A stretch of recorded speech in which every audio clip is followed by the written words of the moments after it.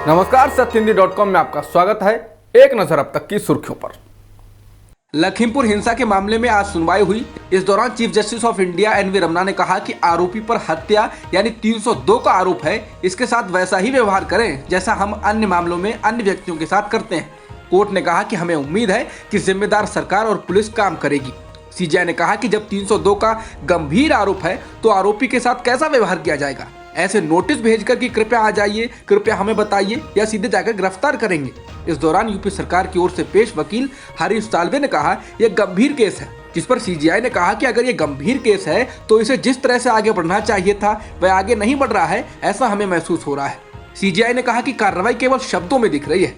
Supreme court ने इसके साथ ही किसी दूसरी एजेंसी को जांच सौंपने का संकेत दिया और पूछा और कौन सी एजेंसी जांच कर सकती है। वहीं यूपी सरकार की ओर से कहा गया कि आज और कल के बीच में जो भी कमी रही है उसे पूरा किया जाएगा। लखीमपुर खीरी में किसानों को रौंदने का आरोप झेल रहे केंद्रीय मंत्री अजय मिश्रा टेनी के बेटे आशीष मिश्रा को पूछताछ के लिए शुक्रवार को बुलाया गया था, लेकिन वह पुलिस के सामने हाजिर नहीं हुए।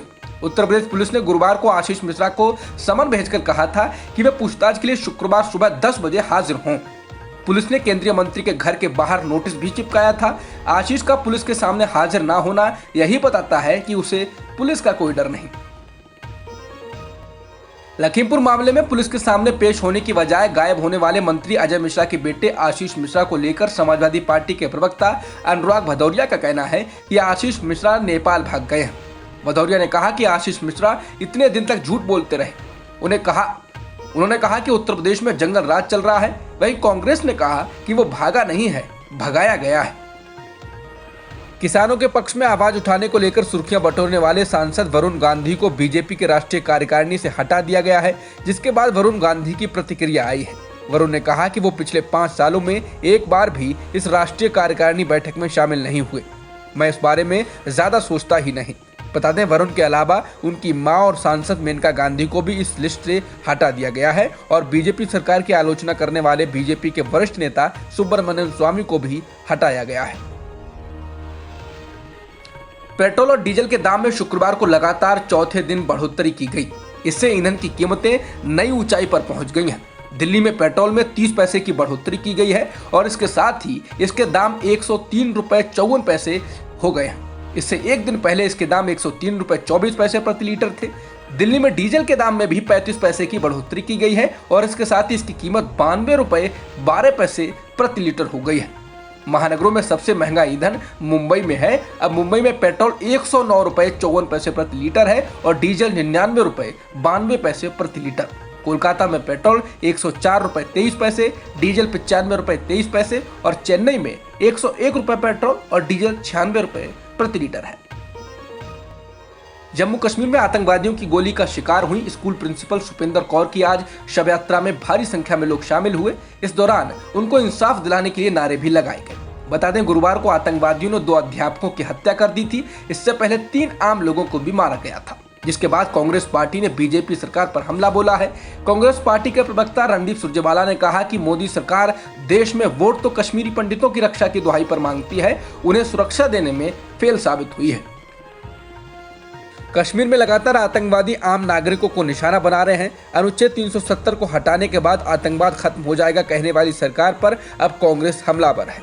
कांग्रेस के पूर्व अध्यक्ष राहुल गांधी ने कहा कि कश्मीर में हिंसा की घटनाएं बढ़ती जा रही हैं। आतंकवाद ना तो नोटबंदी से रुका और ना धारा 370 हटाने से। केंद्र सरकार सुरक्षा देने में पूरी तरह असफल रही है।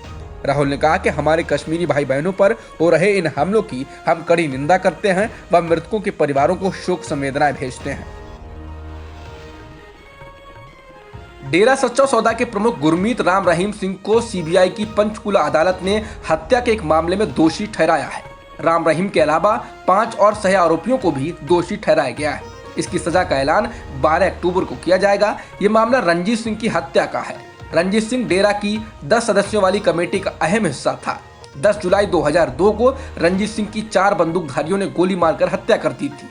सीबीआई की चार्जशीट के मुताबिक राम रहीम को ऐसा लगता था कि उसके खिलाफ जारी किया गया वो पत्र जिसमें साध्वियों से दुष्कर्म की बात लिखी थी, इसे जारी करने में रंजीत सिंह का हाथ था। राम रहीम सिंह अपने आश्रम की 2 साध्वियों के साथ दुष्कर्म के मामले में जेल की सजा काट रहा है। उसे पत्रकार रामचंद्र छत्रपति की हत्या के मामले में उम्र कैद की भी सजा सुनाई जा चुकी है। अगले राउंड की कमांडर स्तर वार्ता से पहले अरुणाचल प्रदेश में चीनी और भारतीय सैनिकों के बीच झड़प की खबरें हैं। रिपोर्ट्स के मुताबिक अरुणाचल प्रदेश के तवांग में चीन के लगभग 200 सैनिकों ने पिछले हफ्ते तिब्बत के रास्ते भारतीय सीमा में घुसपैठ की कोशिश की, जिसके बाद भारत के सैनिकों के साथ कुछ घंटों तक झड़प हुई। एक अधिकारी के हवाले से कहा गया कि जैसा कि ऐसे मामलों में होता है, सैनिकों के बीच कुछ धक्का मुक्की हुई, लेकिन स्थानीय कमांडरों ने इसे नियंत्रण में कर लिया। बता दें, हाल में रिपोर्ट्स आई थी कि चीनी सैनिक उत्तराखंड में घुस गए थे, वहां वो पुल को नुकसान पहुंचाकर वापस लौटे थे। भारत के उन लोगों को ब्रिटेन जाने पर अब क्वारंटीन से नहीं गुजरना होगा जिन्होंने कोविशील्ड या ब्रिटेन में मान्य दूसरे टीके लगवाए हैं। ब्रिटेन ने गुरुवार को इसकी घोषणा की। ये नया नियम 11 अक्टूबर से लागू होगा।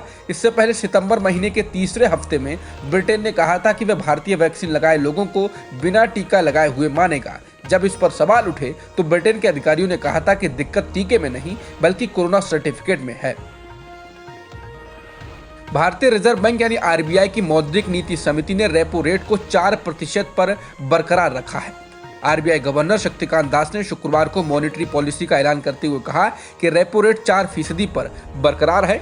आरबीआई गवर्नर ने कहा कि कमेटी ने एक राय से पॉलिसी दरों में कोई बदलाव नहीं करने का फैसला किया है। रिवर्स रेपो रेट 3.35% पर स्थित रहेगी। अब तक की खबरों में इतना ही। बाकी खबरों के लिए बने रहिए सत्यहिंदी.com के साथ। सत्य हिंदी का ऐप डाउनलोड करें गूगल प्ले स्टोर पर।